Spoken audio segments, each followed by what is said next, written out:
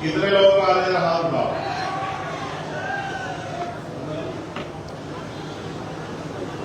जय सतनाम। महादेव जी कह रहे हैं कि डर का माहौल है, सच कह रहे हैं क्या? मैं नहीं मानता। क्या कोई सतनामियों को डरा सकता है क्या? क्या कोई जयनीत वालों को डरा सकता है क्या? क्या कोई जय मंडल वालों को डरा सकता है क्या? क्या कोई जय जोहार वालों को डरा सकता है क्या? कभी कभी समय परिस्थितियां ऐसी होती है कि चीते को भी 2 कदम पीछे हटना पड़ता है। ऐसा नहीं होता कि चीता डर के पीछे कदम देता है। कुछ कारण ऐसे होते हैं कि पीछे हटना पड़ता है। मैं सबसे पहले तो बहुजन समाज में जन्मे सभी संतों, गुरुओं और महापुरुषों को नमन करता हूं। और उनमें भी छत्तीसगढ़ में और छत्तीसगढ़ के जरिए पूरे देश में, दुनिया में सतनामी समाज के मन का एक समान, यानी कि मानव एक समान का नारा देने वाले, समानता भाईचारे की बात करने वाले, बराबरी की बात करने वाले परम पूजनीय बाबा गुरु घासीदास जी को नमन करता हूं। साथ साथ महामानव तथागत बुद्ध से लेके संत शिरोमणि सद्गुरु रविदास जी, भगवान वाल्मीकि जी, गुरु नानक जी, संत कबीर जी, गुरु गाडगे जी महाराज, नारायण गुरु, राजपिता ज्योतिबा फूले, छत्रपति साहू जी महाराज, ईवी पेरिया रामा नायकर स्वामी, पेरियार ललित यादव, बाबू जगदेव प्रसाद कुशवाहा, जननायक कपूरी ठाकुर, महामना रामस्वरूप वर्मा, चौधरी महाराज सिंह भारती, संत राम बीए प्रजापति, बाबू शिवदयाल चौरसिया, मान्यवर दीना माना वाल्मीकि साहब, डॉक्टर बाबा साहब अम्बेडकर साहब और मान्यवर काशीराम साहब को नमन करता हूं। मैं छत्तीसगढ़ की धरती को भी नमन करता हूं। छत्तीसगढ़ की ये महान धरती, यहां उपस्थित एक विशाल जन समूह के रूप में भीम आर्मी आजाद समाज पार्टी और सतनामी समाज के हमारे योद्धाओं को भी मैं नमन करता हूं। मेरी बाईं तरफ उपस्थित हमारी माताओं बहनों को, जिन्होंने हमें जन्म दिया और सींचा, जिन्होंने आगे की पंक्ति में बैठ के सरकार को चुनौती देने का काम किया, उन माताओं बहनों को भी नमन करता हूं। इस मंच पर उपस्थित हमारी पार्टी संगठन के सम्मानित नेतागण और सतनामी समाज के हमारे बहादुर योद्धा जो इस मंच पर उपस्थित हैं, मैं उनको भी धन्यवाद देता हूं, नमन करता हूं। आज के इस कार्यक्रम को 4 चांद लगा रही हमारी छोटी बहन निशा बोध को भी मैं धन्यवाद देता हूं, कि पूरी टीम का भी अभिनंदन करता हूं। मीडिया के साथियों, पुलिस प्रशासन के साथियों, यहां उपस्थित जिन्होंने आगे बढ़कर एक नेता की, एक कार्यकर्ता की, एक भाई की जिम्मेदारी अदा की, हमारे राष्ट्रीय अध्यक्ष भाई विनय तन सिंह जी का भी मैं यहाँ अभिनंदन, स्वागत व धन्यवाद करता हूँ। ऐसे समय में जहाँ भय का माहौल बनाया जा रहा था, उन्होंने आगे बढ़ के एक नेता की जिम्मेदारी अदा करते हुए सड़कों की खाक छानते हुए सोए हुए समाज में जागरूकता पैदा करने का काम किया। मैं पुनः उनका अभिनंदन वंदन करता हूं। इस कार्यक्रम के जो जिम्मेदार साथी हैं, सुरेश महंत जी, प्रकाश टंडन जी, सत्येंद्र जांगड़े जी, राजकुमार वारे जी, राजकुमार कठोदिया जी, डॉक्टर किरण प्रसाद साहू जी, संजू गहरे जी, मनिंदर सिंह आजाद जी, शिवा जटावर जी, संतोष निराला जी, नीरज अंसोरिया जी, डॉक्टर पीताम्बर जांगड़े जी, देवेश मोरिसा जी, जो बाहर से साथी आके यहाँ इस परिवार क्योंकि भीमान में एक परिवार है जिन्होंने जिम्मेदारी उठाई। भाई छोटे भाई लंकेश जी जो उड़ीसा के प्रदेश अध्यक्ष हैं, सुनील बैरसिया जी जो मध्य प्रदेश के पूर्व प्रदेश अध्यक्ष हैं, फिरोज जी, टिंकू जी, मनोज जी, आकाश बोध जी, वीरेंद्र कुरे जी, पीताम्बर जांगड़े जी, मनोज बंजारे जी, आज के जो मुख्य अतिथियों की लिस्ट में संतोष निराला जी, ओम प्रकाश कुरे जी, मोनी कठोदरे जी, नरोत्तम बंजारे जी, आकाश बोध जी, हेमंत खूंटे जी और प्रदीप जी का भी मैं धन्यवाद करता हूं। भाई ये माइक अच्छा नहीं, ये गला पकड़ रहा और आप जानते हैं मैं गला नहीं पकड़ने देता किसी को।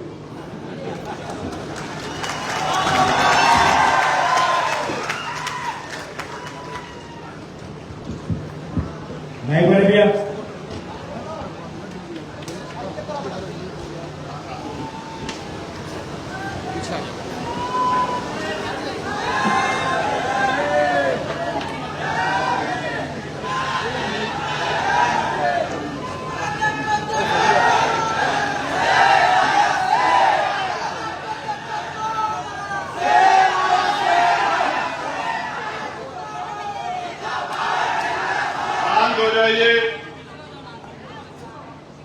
जब मैं उधर था तो उधर वालों को अच्छा लग रहा था, इधर वालों को अच्छा कम लग रहा था। अब मैंने सोचा क्योंकि ये वो धरती है जहां बराबरी की बात हुई है, जहां से बराबरी की समानता की बात गई है, तो उधर वालों को अच्छा लग गया, अब इधर वालों को भी अच्छा लगना चाहिए। साथ साथ इस मंच पे अनेक ऐसे लोग बैठे हैं जिनके परिवारों से कोई ना कोई साथी जेल में है।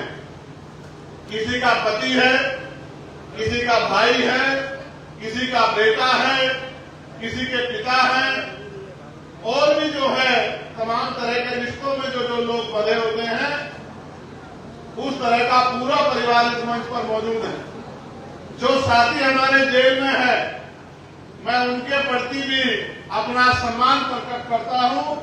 वो कोई चोरी करके, कोई लूट करके, कोई ठगी करके, किसी को धोखा देकर जेल में नहीं गए हैं।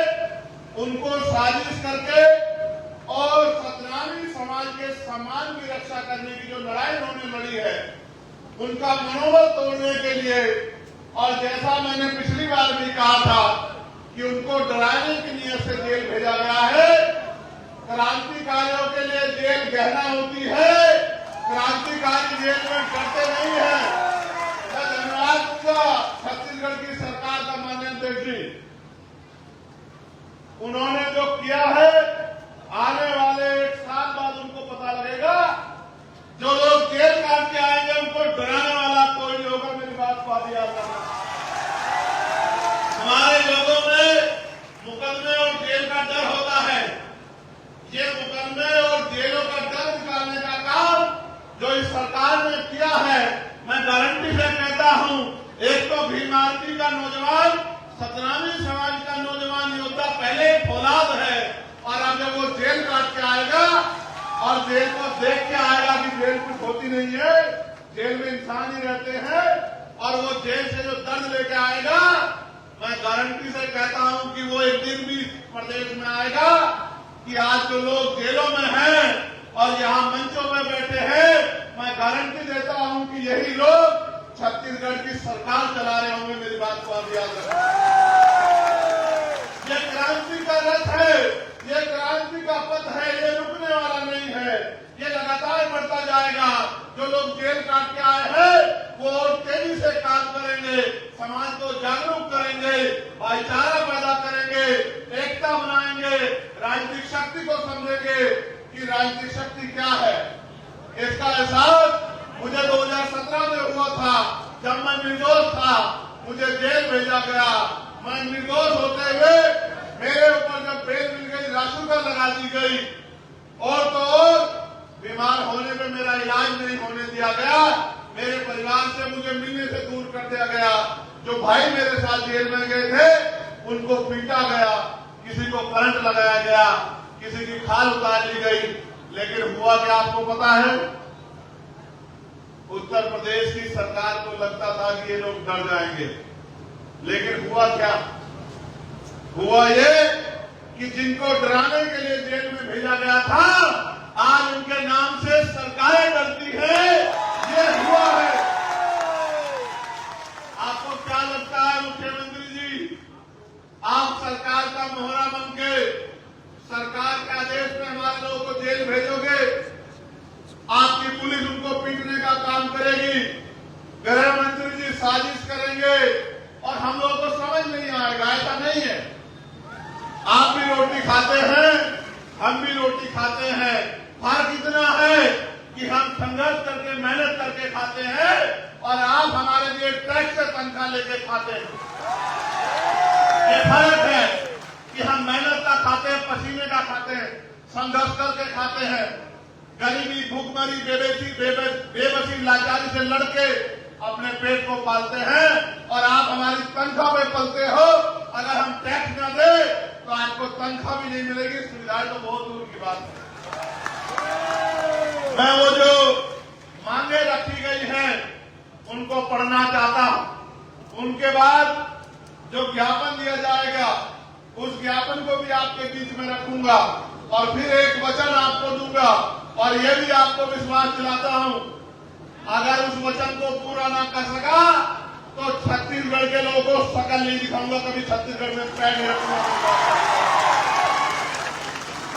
एक ही खूबी है हम लोगों में, हम भीम आर्मी के लोग जब जवान देते हैं तो जान देते हैं, अपनी जवान को छोटी नहीं होने देते। मेरी बात का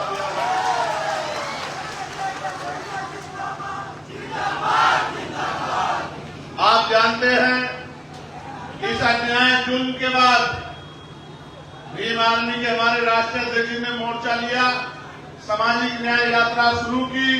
ये उसका प्रथम चरण है। ये प्रथम चरण उन लोगों को दिखाने के लिए है जिन लोगों को लगता था कि डर जाएंगे। अभी इसके बाद 3 चरण और होंगे और वो 3 चरण हम लोग कोशिश करके सितंबर माह में ही पूरा कर लेंगे। उसके बाद क्या होगा मैं आपको बताऊंगा। हमारी पहली मांग ये है सामाजिक न्याय यात्रा के जरिए कि अमर गुफा में जैद खान को काटे जाने के पीछे क्या षड्यंत्र है। अगर ये सच का सच में ईमानदार है और दोषियों को सच में पकड़ना चाहती है तो उनको इस घटना की सीबीआई जांच करानी चाहिए। बलौदा बाजार में एसपी कार्यालय व जिला कलेक्टर ऑफिस में आगजनी के पीछे क्या षड्यंत्र है उसकी भी सीबीआई जांच इस सरकार को करानी चाहिए। बलौदा बाजार में जैद खान के सम्मान में हुए आंदोलन में गिरफ्तार निर्दोष लोगों को बिना शर्त के रिहा किया जाना चाहिए, ये भी हमारी मांग है। साथ साथ प्रदेश सरकार के को प्रमोशन में आरक्षण को लागू किया जाना चाहिए, ये भी हमारी मांग है। जिसकी इतनी संख्या वाली उसकी उतनी हिस्सेदारी नियम के तहत जातिगत जनगणना कराई जाए और यहाँ 16% आरक्षण शेड्यूल कास्ट के लोगों को दिया जाता था, जिसको पिछली सरकार ने बिना जातिगत जनगणना कराए कम करके 12 या 11% लगभग कर दिया था। कितने प्रतिशत? 12%, 4% कम कर दिया था। हमारी मांग है कि जातिगत जनगणना करा के संख्या के आधार पर 16% आरक्षण किया जाना चाहिए। छत्तीसगढ़ प्रदेश में दैनिक मजदूरों को बढ़ाकर न्यूनतम वेतन 700 रुपए किया जाना चाहिए। बिना 700 रुपए न्यूनतम वेतन के 7 या 21 लगभग 20,000 रुपए कम से कम एक परिवार को वेतन के तौर पर मिलने चाहिए। जो व्यक्ति काम करता है तभी जाके वो परिवार सम्मान से जो है रोटी की व्यवस्था उनके घरों में हो पाएगी। साथ साथ प्रदेश में निःशुल्क शिक्षा की व्यवस्था की जानी चाहिए और समान शिक्षा व्यवस्था लागू की जानी चाहिए। चाहे किसान मजदूर का बेटा हो, चाहे मुख्यमंत्री, विधायक, मंत्री या कमिश्नर, डीएम, एसपी का बेटा हो, सबके बच्चों को सरकारी स्कूल में शिक्षा देनी चाहिए, जिससे कि सरकारी स्कूल में बेहतर से बेहतर शिक्षा आए। साथ साथ प्रदेश में निजीकरण के नाम पर सरकारी प्रतिष्ठानों को बेचने के खिलाफ निजीकरण के सहारे आरक्षण समाप्त करने के षड्यंत्र के खिलाफ भी हम लोग हैं। निजीकरण खत्म किया जाए और सारे निजीकरण जिनका हो गया है उनका राष्ट्रीयकरण किया जाए, ये भी हमारी मांग है और उसमें आरक्षण कोटा लागू किया जाए। मंडल कमीशन की सिफारिशों को पूर्णतः लागू किया जाए और गैर संवैधानिक क्रिमिनल को समाप्त किया जाए।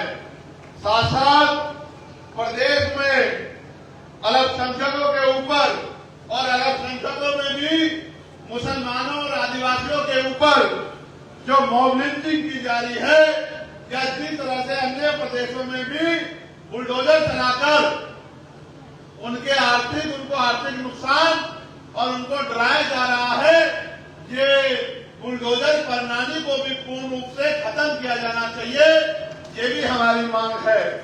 साथ साथ प्रदेश में ज्यादातर सड़क दुर्घटनाएं आवारा पशुओं की वजह से हो रही है, जबकि सरकार के द्वारा इनके लिए कई करोड़ों रुपए की गौशाला के नाम पर आवंटित की गई है। उनकी जांच कराकर आवारा पशुओं को गौशाला भेजना चाहिए, जिसकी वजह से प्रदेश में जो सड़क दुर्घटनाएं हो रही है उनपे रोक लगे। आप ये जानते हैं, मैंने महसूस किया है, जहां जहां भारतीय जनता पार्टी की सरकार है वहां इंसानों से ज्यादा इज्जत पशुओं को दी गई है। इंसान सड़क दुर्घटना में मर जाए कोई बात नहीं, जानवर को नुकसान नहीं होना चाहिए। हम तो जानवर को भी प्रेम करते हैं, मगर जिस परिवार का कमाने वाला चला जाता है उस परिवार का क्या होता है, सरकार को इनके बारे में भी सोचना चाहिए। सोचिए, अपनी रेंज में कोई परिवार का कमाने वाला चला गया, उसकी पत्नी का, उसकी माँ का, उसके पिता का, उसके बच्चों का क्या होगा? उनको पढ़ाई कहाँ से मिलेगी? उनको खाना कहाँ से मिलेगा? उनको बीमार होने में इलाज की व्यवस्था कहाँ से होगी? उनके लिए कपड़ों की व्यवस्था कहाँ से होगी? उनके सम्मान की रक्षा कहाँ से होगी? इस बात का भी जवाब सरकार को देना चाहिए।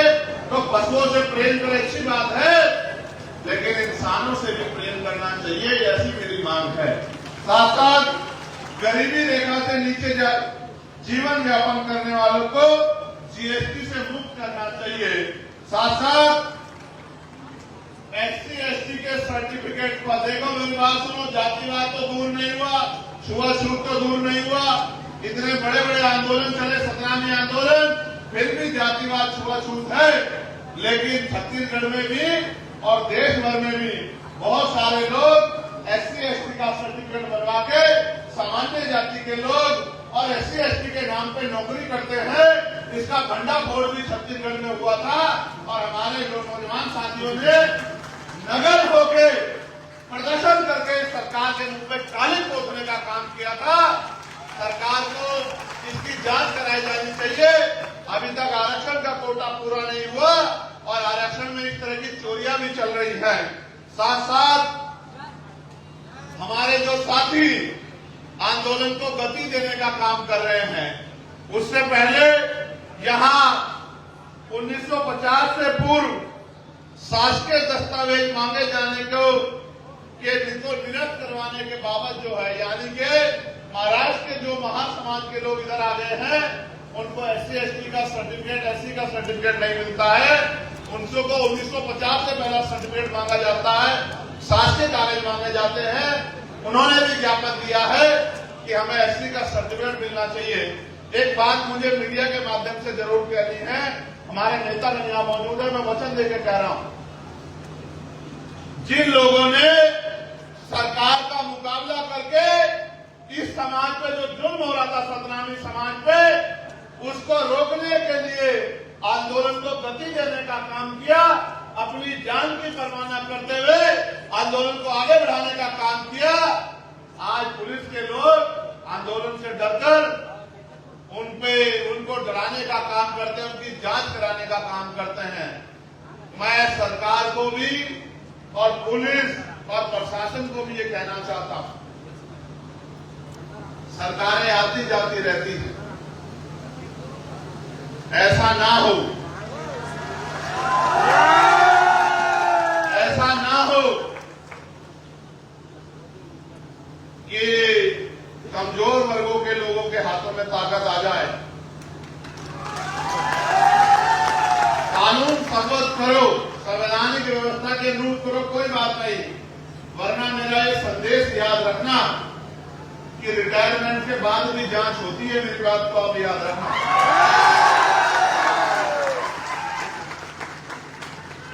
अगर किसी को गलतफहमी हो, मैं मानता हूं सरकार के हाथ लंबे होते हैं, लेकिन जनता से लंबे नहीं होते हैं।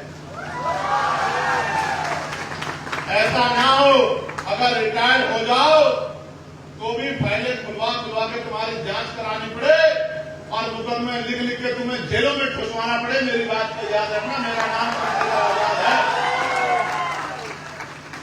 अगर आज के बाद यहां पर भीम आदमी, आजाद समाज पार्टी या सतनामी समाज के लोगों पर सरकार के लोगों ने गलत मंशा से उनको जबरदस्ती डराने धमकाने का काम किया, तो छत्तीसगढ़ भवन में कोई भी मंत्री विधायक जाकर चैन से नहीं सोएगा। मेरी बात को याद रखना। आपको हमारे हाथों की लंबाई का एहसास नहीं है मुख्यमंत्री जी। अगर एहसास करना हो तो 11 सितंबर को हम लोग दिल्ली जा रहे हैं। दिल्ली वालों से पूछ लेना कि हमारे हाथ कितने लंबे हैं। एयरपोर्ट से लेके और छत्तीसगढ़ भवन तक उसी तरह का स्वागत आपका करेंगे जिस तरह का स्वागत आपने हमारे लोगों का करा है। जिस बात मैं फिर आपको कह रहा हूं, मैंने अपना ये ज्ञापन जो आप लोगों ने दिया ये मैंने पढ़ा। अब आप मेरी बात पर गौर कीजिए। ये पूरे देश को जानना चाहिए कि छत्तीसगढ़ में क्या चल रहा है। छत्तीसगढ़ की पुलिस और एडमिनिस्ट्रेशन जातीय कुंठा को ध्यान में रखते हुए जिस तरह से रात के अंधेरे में हमारे लोगों को गिरफ्तारी के नाम पे पकड़ने के लिए जाता है और घर में रहने वाली हमारी बहन बेटियों को गलत नीयत से देखने का काम करता है, छूने का काम करता है। इस गुंडागर्दी का अंत होगा। मेरी बात को आप याद रखना। मुझे बताया गया, मुझे बैंक ने बताया गया कि किस तरह से वर्दी को पहन के गुंडे, सांप्रदायिक गुंडे, जातिवादी गुंडे रात के अंधेरे में हमारे घरों में जाते हैं पकड़ने के नाम पे, गिरफ्तारी के नाम पे। और ये गुंडे हमारी बहनों की तरफ गलत नीयत रखते हैं। शर्म आनी चाहिए छत्तीसगढ़ सरकार को। इन गुंडों पर पाबंदी नहीं लगा पा रही है। मैं जब दिल्ली में जाऊंगा और पार्लियामेंट का सत्र आएगा, आप जानते हैं मैंने पहले भी इस मामले को पार्लियामेंट में उठाया था, लेकिन इस बार मैं वचन देता हूं कि वेल में जाके और स्पीकर साहब से, प्राइम मिनिस्टर से जवाब मांगूंगा, होम मिनिस्टर से जवाब मांगूंगा कि ये जो गुंडागर्दी छत्तीसगढ़ सरकार कर रही है, क्या ये आपके इशारे पे कर रही है, या यहाँ के तानाशाह गृह मंत्री और मुख्यमंत्री जिनको ऐसा लगता है कि सतनामी को कुचल देंगे, ये उनकी इच्छा है। मैं फिर कहना चाहता हूं, गलतफहमी दूर रखना। बहुत आए और बहुत चले गए। सतनाम था, सतनाम है और सतनाम है। ये तो टेलर है,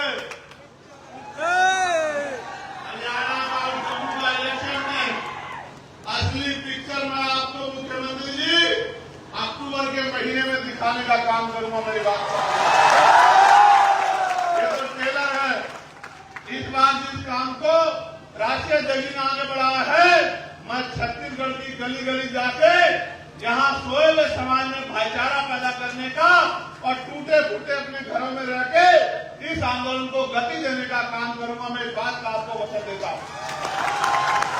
आपको क्या लगा मुख्यमंत्री जी छत्तीसगढ़ में आप जुल्म करेंगे और हम लोग सह लेंगे?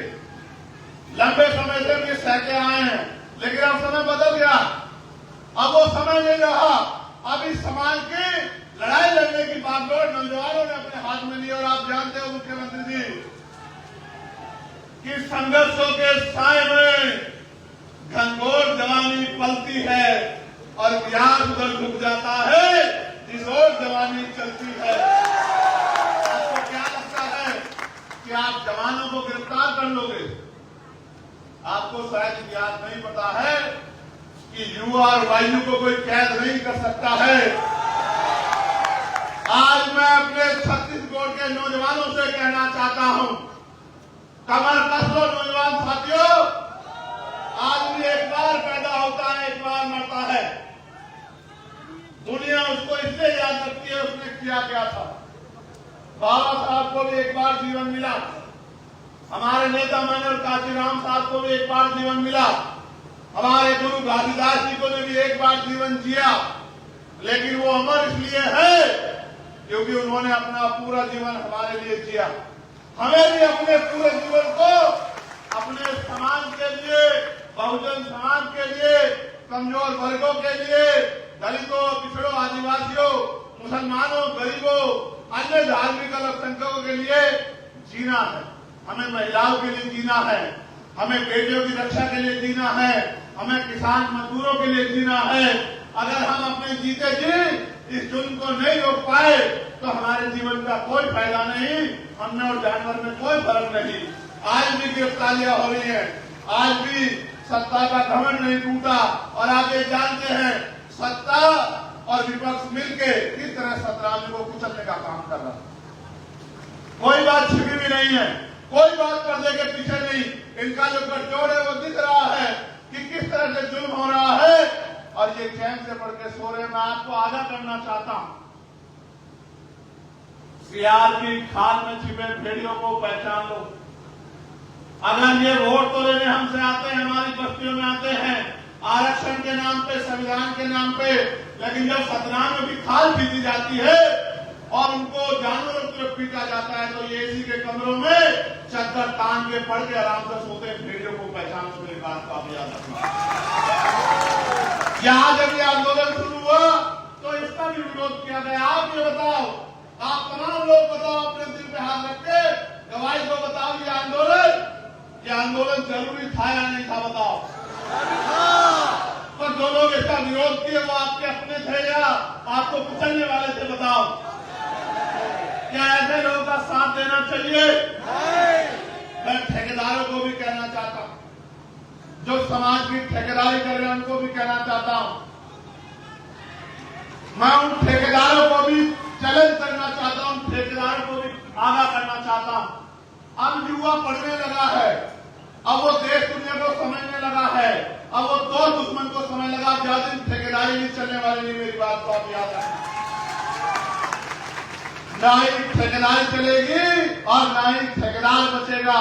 वही बचेगा जो समाज के लिए आहुति देगा, बलिदान देगा। जो लोग जेल में हैं वो अपने लिए जेल में नहीं, वो आपके मान सम्मान की रक्षा के लिए हैं।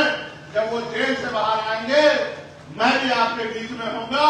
हम लोग फूल मालाओं से उनका क्रांतिकारियों की तरह स्वागत करेंगे। मेरी बात को याद रखें। सरकार को एहसास नहीं कि है कि उन्होंने क्या किया।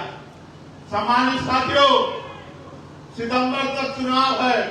1 अक्टूबर को हरियाणा का वोटिंग होगा, 1 अक्टूबर को जम्मू का वोट पड़ेगा, आखिरी दौर का।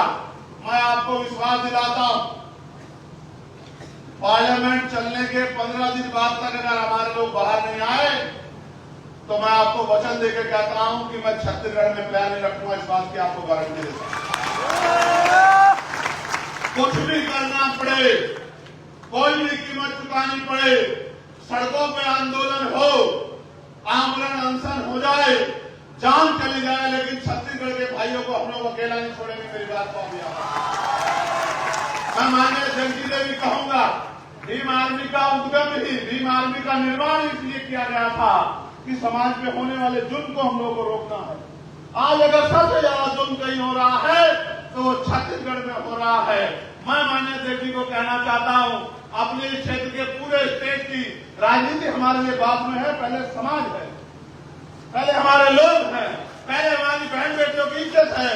ये गुंडे हमारी बहन बेटियों की इज्जत की तरफ गलत निगाह उठा रहे हैं। एक भाई का फर्ज बनता है, मर जाए या मार दे। मैं आपसे आग्रह करना चाहता हूं कि आप और समय दो, छत्तीसगढ़ में समय दो, छत्तीसगढ़ में आंदोलन को मजबूत करो। जिस तरह से आपने यहाँ पसीना बहाया, अपने समाज साथियों की ड्यूटी यहाँ लगाओ और छत्तीसगढ़ को अपने पैरों पर खड़ा करो। चुनाव तो जब आएगा देखी जाएगी, लेकिन चुनाव से पहले भी सरकारों को ये पता होना चाहिए कि छत्तीसगढ़ में अब सतनामियों में कोई जुल्म बर्दाश्त नहीं किया जाता। सम्मानित साथियों, आप एक बुलावे पे जहां पैसे में लोग नहीं आते, जहां लोग शराब और खाना मांगते हैं, जहां बढ़िया बढ़िया गाड़ियां मांगते हैं, जहां एक तरफ बैरिकेडिंग लगा के आपको डराने का काम किया जा रहा है, वहां आप इतनी बड़ी संख्या में पहुंचे हैं। मैं दोनों हाथ जोड़ के आपका धन्यवाद करता हूं। और ये सरकार को भी ये जन समर्थन देखना चाहिए। आप सोचिए, अभी तो अध्यक्ष जी ने एक इशारा किया था, आने वाले कल में क्या होगा। आप मेरी एक राय को मजबूत करेंगे क्या? जरा हाल उठा के बताइए। मैं चाहता हूं, जिन लोगों ने हम पे जुल्म किया, जिस सरकारों ने, हम आपस में चर्चा भी कर लेंगे। अभी मैं चाहता हूं उन लोगों का बहिष्कार अब शुरू होना चाहिए। होना चाहिए नहीं होना चाहिए? क्या हमारे घरों के बाहर उनके बहिष्कार के बोर्ड लगने चाहिए नहीं लगने चाहिए? क्या हमें उनको बताना चाहिए नहीं बताना चाहिए? आज हम लोग चर्चा करेंगे, इस निकम्मी सरकार को किस तरह उखाड़ फेंकना है, इसकी चर्चा करेंगे। हमें ये सोचना पड़ेगा, जो सरकार हमारे लोग पे जुल्म करेगी, जो हमारे जैत काम की रक्षा नहीं कर पाएगी, जो सतनामियों को कुचलने का काम करेगी, उस सरकार को सत्ता में बने रहने का कोई अधिकार नहीं मिलना चाहिए। और अगर ये छत्तीसगढ़ में हो गया तो आप मानना कि फिर हमें समझना पड़ेगा कि कहीं ना कहीं हम लोग कमजोर हो गए। क्या आप लोग अपने आप को कमजोर मानते हो? आज ये देखो, मैं लगातार पार्लियामेंट में आवाज उठा रहा था कि भाई किसान का बेटा हो या मजदूर का बेटा हो, राष्ट्रपति, प्रधानमंत्री, मुख्यमंत्री का बेटा हो, चाहे IAS IPS का बेटा हो, चाहे प्रधान से लेकर विधायक का बेटा हो, सबको सरकारी स्कूल में शिक्षा मिलनी चाहिए। एक ही लाइन में इधर प्रधानमंत्री का बेटा बैठे, इधर मुख्यमंत्री का बैठे, फिर मजदूर किसान का बेटा बैठे, इधर रिक्शा चलाने वाले का बेटा बैठे, बराबर में DM SSP का बेटा बैठे। तो बताओ सरकारी स्कूल में अच्छी शिक्षा मिलेगी नहीं मिलेगी? समान शिक्षा पॉलिसी लागू हो। ऐसे ही चाहे राष्ट्रपति हो या गांव का प्रधान या सरकारी कर्मचारी 4th क्लास का हो या क्लास 1 का, या मुख्यमंत्री राज्यपाल मंत्री हो या विधायक सांसद हो, सबके बच्चों को या उनको भी बीमार होने पे सरकारी अस्पतालों में उनका इलाज होना चाहिए। इससे होगा क्या? इससे होगा ये कि जब एक बेड पे मंत्री जी का इलाज हो रहा होगा, दूसरे बेड पे गरीब किसान का बेटा का इलाज हो रहा होगा, तो डॉक्टर भी समय में मिलेगा, दवाइयां भी अस्पताल के अंदर से मिलेंगी, टेस्ट की मशीनें भी सारी वही होंगी, और तो और गरीबों की जेब कटनी बंद हो जाएगी और अच्छा इलाज जो है गरीबों को और कम कीमत में मिलेगा। इस देश में कब तक गरीब लाचार रहेगा? हमने ये भी मांग करी कि निजी क्षेत्रों में भी SC ST OBC के लोगों को आरक्षण की व्यवस्था होनी चाहिए, क्योंकि निजी क्षेत्रों में भी जो पैसा वो लोग आप कर्ज में देते हो या जो उनका टैक्स और पैसा माफ करते हो, वो सारा पैसा हमारे टैक्स का होता है, जो हम लोग GST के तौर पे या अन्य टैक्सों के तौर पे आपको देते हैं। इसलिए हमने निजी क्षेत्रों में भी आरक्षण की मांग की है। ये छत्तीसगढ़ है, छत्तीसगढ़। इस छत्तीसगढ़ में सतनामियों की क्या हालात हो गई, क्या आप देख रहे हो? क्या कारण नजर आता है आपको इसका? मुझे इसका कारण ये नजर आता है जो डॉक्टर बाबा साहब अम्बेडकर ने कहा था कि political power is the master की, राजनीतिक सत्ता वो चाहती है जो आपकी सारी परेशानियां हल कर देगी। सोचिए, अगर 5 भी एमएलए आजाद समाज पार्टी के होते तो क्या ये निकम्मी सरकार सदनामियों को जेल भेज देती? अगर 5 भी एमएलए या 1 भी सांसद हमारा होता तो जेल के आगे खड़ा हो जाता कि जेल पहले मुझे भेजो, तब मेरे किसी गरीब भाई को भेजना। लेकिन मैं क्या करूं, आपने जाति धर्म देख के निकम्मे लोगों को यहां नेता बना रखा। अरे निकम्मों को हटा दो, और जो क्रांतिकारी जेल की सलाखों के पीछे है, जब वो आ जाए उनको समर्थन देके उनको आगे बढ़ा दो। फिर देखो आपकी तरफ कोई आंख नहीं उठा पाएगा। मेरी बात को मुझे नहीं बनना छत्तीसगढ़ में मुख्यमंत्री, मुझे विधायक एमपी नहीं बनना है, लेकिन दर्द होता है जब हमारे लोग गलत फैसला लेते हैं तो दर्द होता है। दर्द इस बात के लिए होता है कि हम किसी को नुकसान नहीं पहुंचाना चाहते।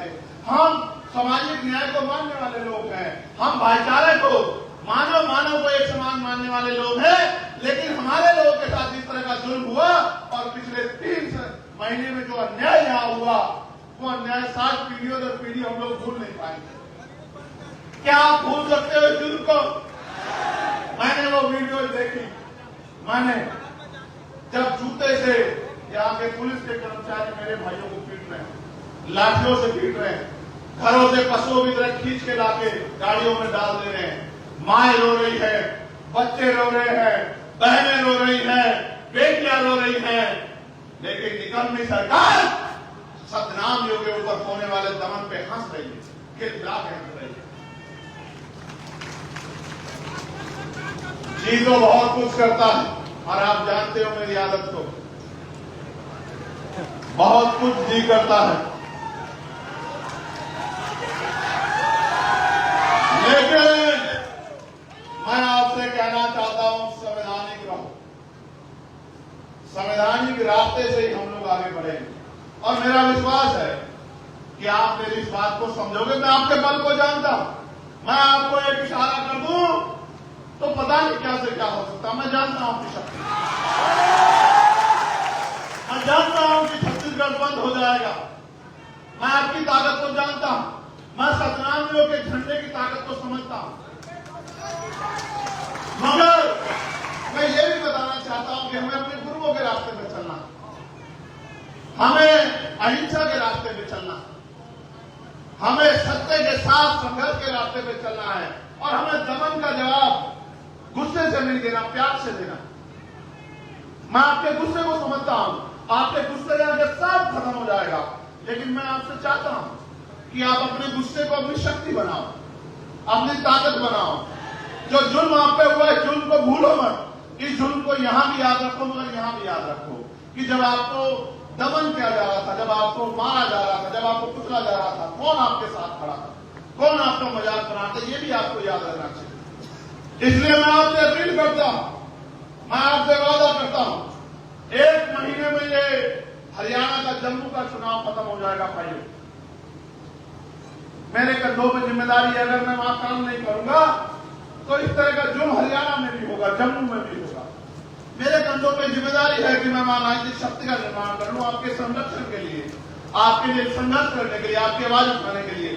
बताओ मुझे पार्लियामेंट में सुनते हो नहीं सुनते हो तुम लोग?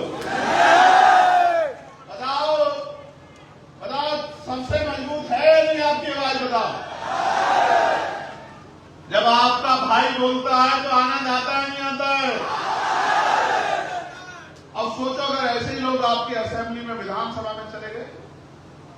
मैं तो अकेला हूं ना वहां, अकेला हूं ना, लेकिन याद रखना जब अगली बार 5 साल बाद चुनाव आएगा, अकेला नहीं होगा चंद्रशेखर आजाद वहां। मेरी बात को आप याद रखना।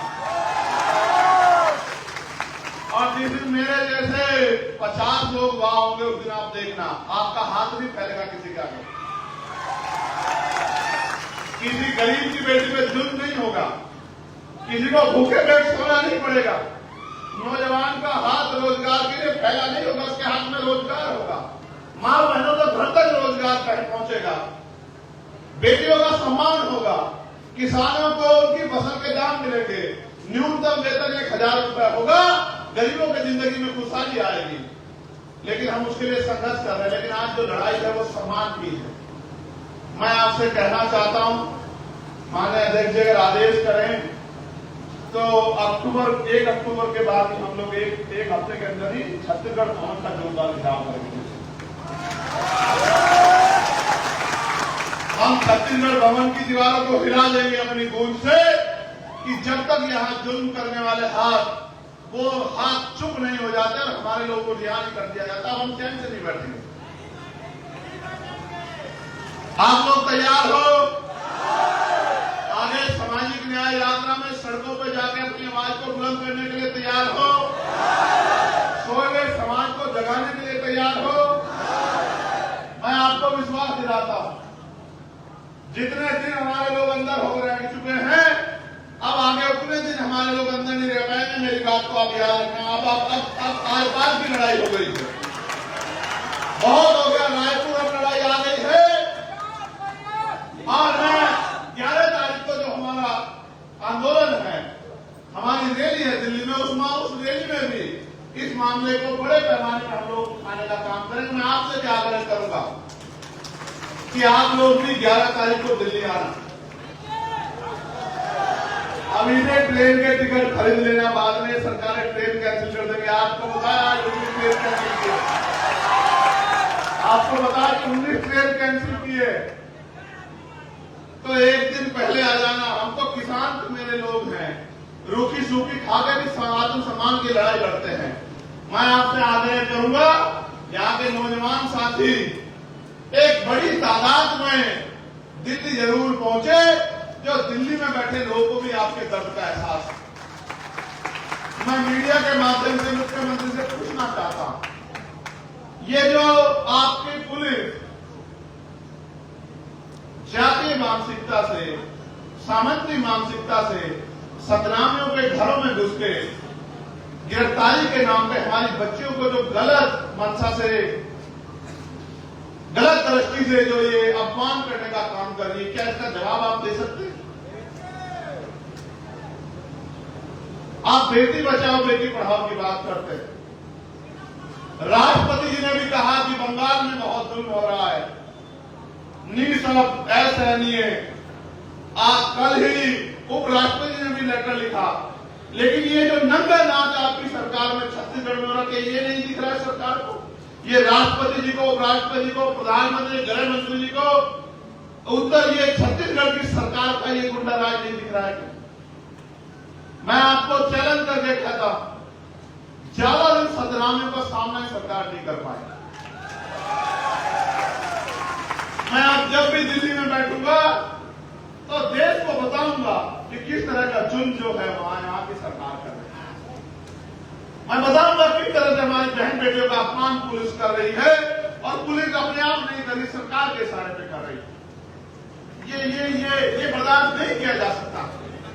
आप यहाँ इतनी बड़ी संख्या में पहुंचे हो, मैं आपको पूरे धन्यवाद देता हूं।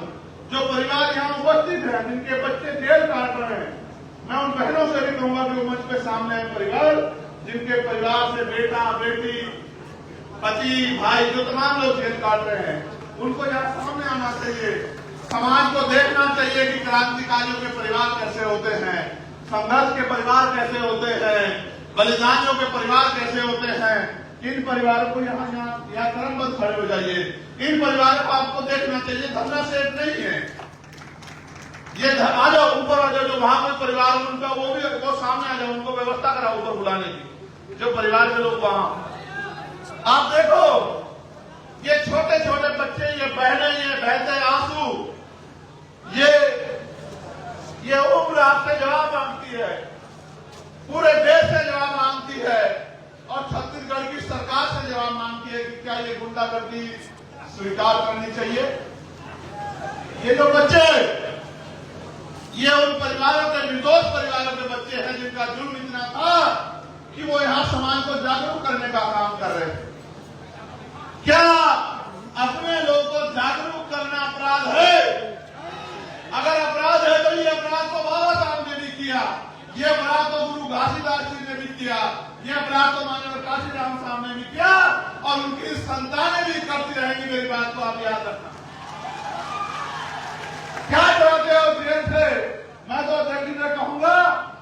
अक्टूबर माह में वो ऐलान कर देंगे सामूहिक गिरफ्तारी का। हम लोग छत्तीसगढ़ की जेल देखना चाहते हैं कि छत्तीसगढ़ की जेलों में कितना दम हम देखना चाहते हैं। आंदोलन चलेगा, आंदोलन रुकेगा नहीं, आंदोलन आगे बढ़ेगा, आंदोलन गति पकड़ेगा, आंदोलन शक्तिशाली होगा और आंदोलन के आगे ये निकम्मी सरकार घुटने टेक देगी। मेरी बात को आप याद रखना। आप देखो, ये आपके बीच के परिवार हैं, ये कोई राजनीतिक लोग नहीं हैं, ये वो लोग हैं जिनके बच्चों ने जेलें काट रहे, जिनके परिवार के लोग जेल काट रहे। बताओ, इनमें से कौन सा धन्ना सेठ है, इनमें से कौन सा आरोपी है, इनमें से कौन सा जो क्रिमिनल है? साहब एक दूसरे के सामने दिखाओ, उधर हो जाओ।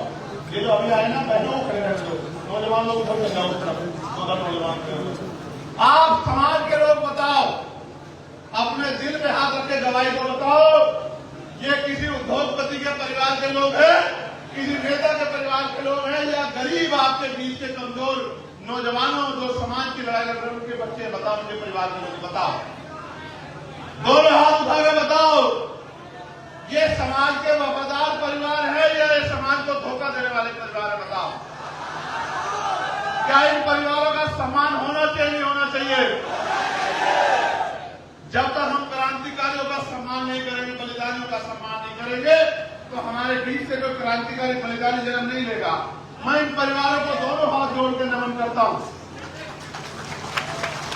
और मैं उनको विश्वास दिलाता हूं, कभी संघर्ष खाली नहीं जाता।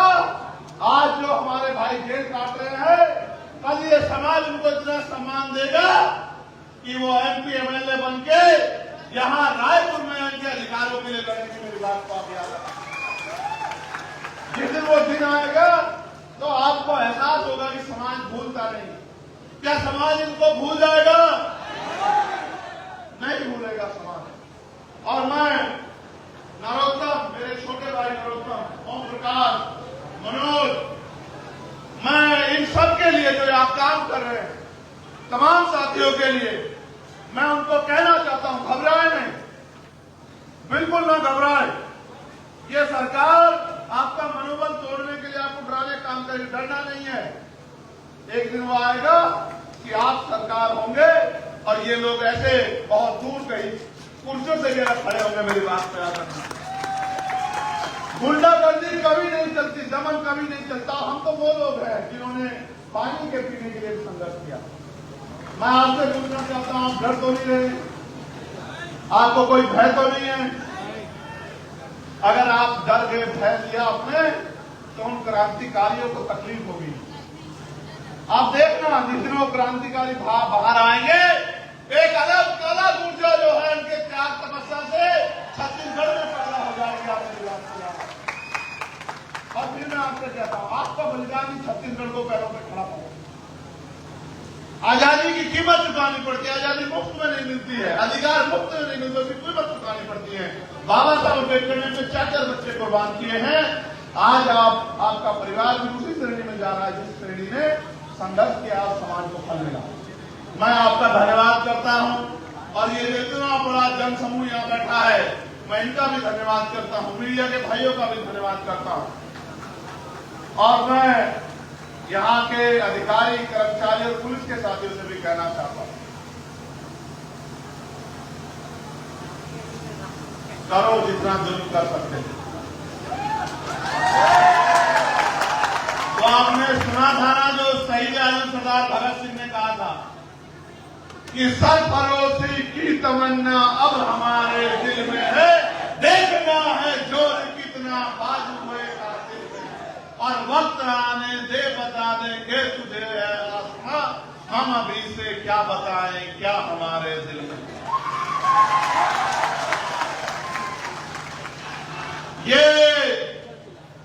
ये नीला झंडा नहीं है, नीला कफन है।